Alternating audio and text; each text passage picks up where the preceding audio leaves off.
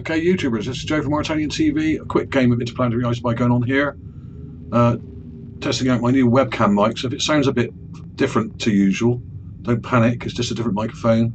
It may sound a bit tinny, I don't really know how it's going to come out when I process it, so bear with me. So yeah, another quick game of interplanetary ice spy going on here, and we're looking at Sol 1187, and the particular image we're looking for is this one on the page, fourth one along from the right.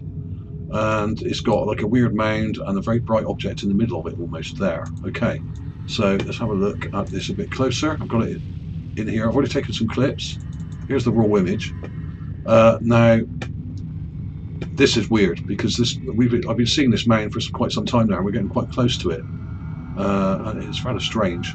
But the thing that caught my eye was this very reflective object in the middle of the picture here that doesn't look anything like any of the rocks around it. It's very, very bright and reflective. Even though this has been filtered and downgraded, this image, you can still see that it's very bright.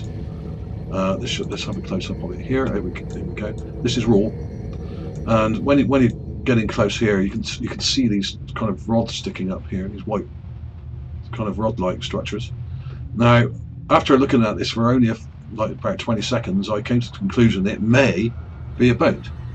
I initially thought it might be a car, and this was part of the roof structure where some of the struts, the roof supports were still sticking up, but obviously boats also can have cabins as well, or roof structures. So, and judging by the general shape of it here, you've got what looks like a prop or propeller or some kind of engine on the back. The hull comes right across to here. The front end is broken here and torn apart, and the actual front of the boat, I think, is this thing here. So it's split into two. And there's other bits of debris lying around, like over here in the bottom left corner, and little pieces like this thing here. So I wonder whether some of these little reflective objects are parts of it that have just been, where it's just kind of smashed against the rocks. It's just bits of it have flown around all over the place, and there's little bits of debris lying around. So who knows? It's hard to say, but they are all the same sort of colour and level of luminosity, which leads me to believe they may well all be parts of the same object that have torn off and broken off. Okay, so let's have a look at the enhancements very quickly.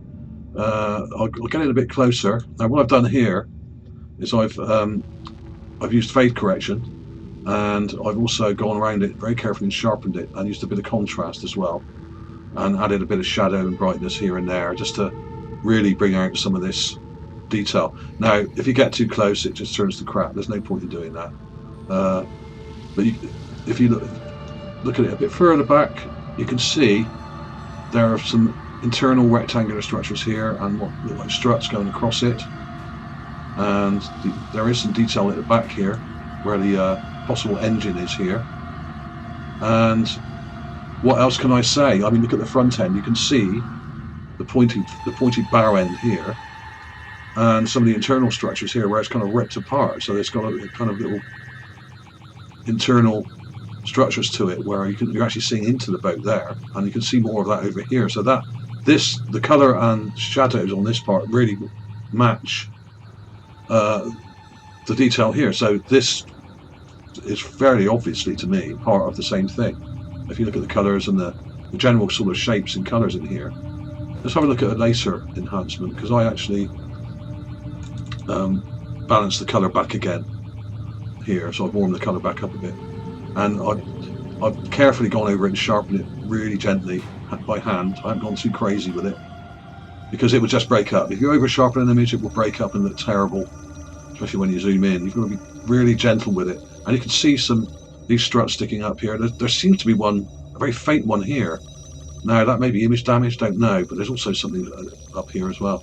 And this thing in the foreground looks like maybe part of it here. There's a reflected part here, and there's a few odd bits dotted around. And you can see more detail at the front here, the bow, and some of these internal structures where it's ripped apart. And there seems to be some kind of weird pipe sticking down here, which has something coming out of it, like a wire or some kind of tubing or something. So yeah, what can I say? It looks like a boat, and it's in a dried out lake bed, so the chances of it being a boat are quite good, I'd say. NASA wouldn't admit that, but I'm not NASA, so there you go. Here it is in negative. and that actually shows some of the internal rectangular structures really well. You can see them quite clearly now here, look. And at the back you can see that motor, or whatever it is at the back there, and you can see these struts sticking up quite clearly, and you can see the front of the boat here also quite clear. So I was quite pleased with this one, because even though it's a very poor image, luckily the thing is long enough to get some detail. It's about 5 foot long. It may be shorter, maybe longer, I don't know exactly, because when you look at the source image, how far away is that? I mean, 10 feet away.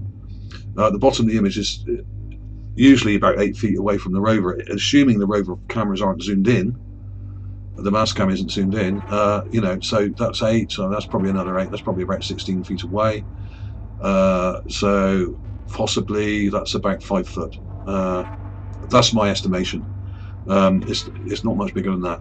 It could even be a bit smaller. So there we go, folks. I'll put some clips in at the end. I hope the sound's okay on this. I'm just testing this new equipment I've got.